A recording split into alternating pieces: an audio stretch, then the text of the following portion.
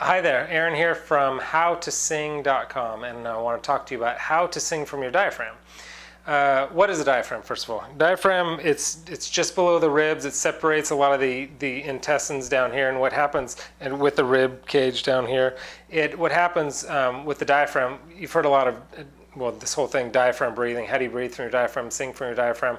The diaphragm, it doesn't intake any air. Your stomach doesn't intake any air, so I'm going to talk a little bit about expanding the stomach and stuff like that. The only thing that actually takes air in is your lungs. But what happens with the diaphragm, when you have proper posture, and I'll talk a little bit about that, is that the diaphragm, it descends and opens up the cavity there to where your lungs can expand, pushes the intestines out of the way, to where your lungs can expand to get the air that you need. See, what we typically do throughout the day, breathing for singing and breathing for speaking are different. That's why people are like, I know how to breathe. I don't need to learn to breathe to sing. I breathe every day. How do you think I'm alive? Breathing for singing and breathing for speaking are usually opposite, and I won't totally get into it except to say that mostly we take kind of shallow breaths, and our shallow breaths are kind of like the raising of the chest and chest lowers like that. And it's more subtle than that, but the way that we're supposed to breathe is the chest stays how it is. It doesn't raise and lower. But when you breathe in, the expanding is happening, on the sides here below the ribs and in the stomach. And then when you breathe out, again, the chest should remain where it is. And then what comes in is not, the chest doesn't fall, chest should stay up. But what comes in is the stomach and the sides of the ribs. That's what it is basically. Belly breathing, diaphragm breathing is when you have proper posture, the alignment of your head, neck, and shoulders, and then you take a nice complete breath, not the short breaths like I'm talking about, that chest breathing, not that kind of breathing, but take a nice breath for singing, and you'll expand in your stomach and in your sides, and that will cause like I said, the diaphragm to descend. And as long as if you keep your chest up rather than while you're singing, let it cave down, then the diaphragm will stay ascended for as long as you need it to.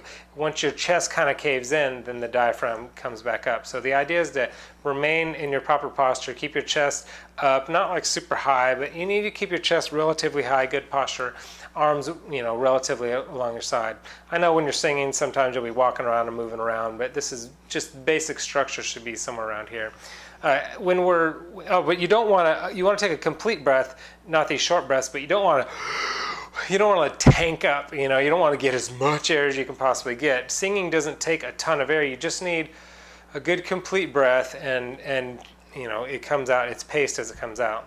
When we're babies, we actually breathe correctly. If you watch a baby breathe, their stomach expands when they breathe in, and it contracts when they breathe out. But somewhere along the way, we get this kind of chest breathing, short breath breathing, but we need to reverse that. So I want to give you an exercise, a couple of exercises. One is actually like a vocal exercise that'll help you with your breathing, and help you with your diaphragm breathing, and help you connect your breath how you need to with diaphragm breathing.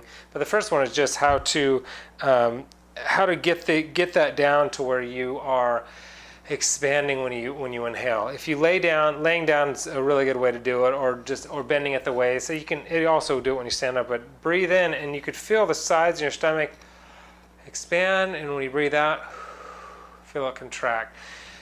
Out, in. You want to get in the habit of doing that. If you notice that's probably not what you do, that's not what most people do, even though that's proper for singing. One way to do that is those exercises, laying on the ground and feeling that, and feeling it expand and contract is a good way to kind of get in the habit of doing it. And then I've got an exercise too. This is basically takes the vowels and puts an H in front of them. So it's hey, he, hi, ho, hu. Hey, he, hi, ho, hu.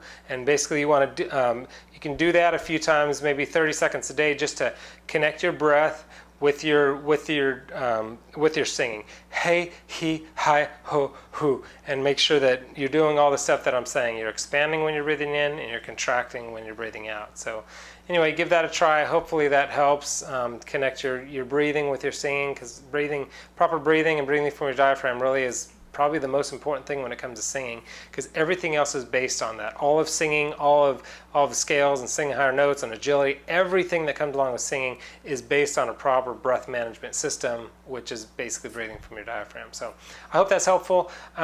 If you want to visit me, like I said, I'm at howtosing.com. You can just type that in, come check me out, or down actually below there's a link just below here. You can click on that. I've got a bunch of like tips and tricks and a lot of great information. I just put a video up actually about how to, it's a good long video with good content about how to sing high notes, but how to sing high notes specifically with without tension, which is usually the problem. When you get high notes, your larynx raises up and you start getting tense. But anyway, check it out at howtosing.com, and I'll see you there.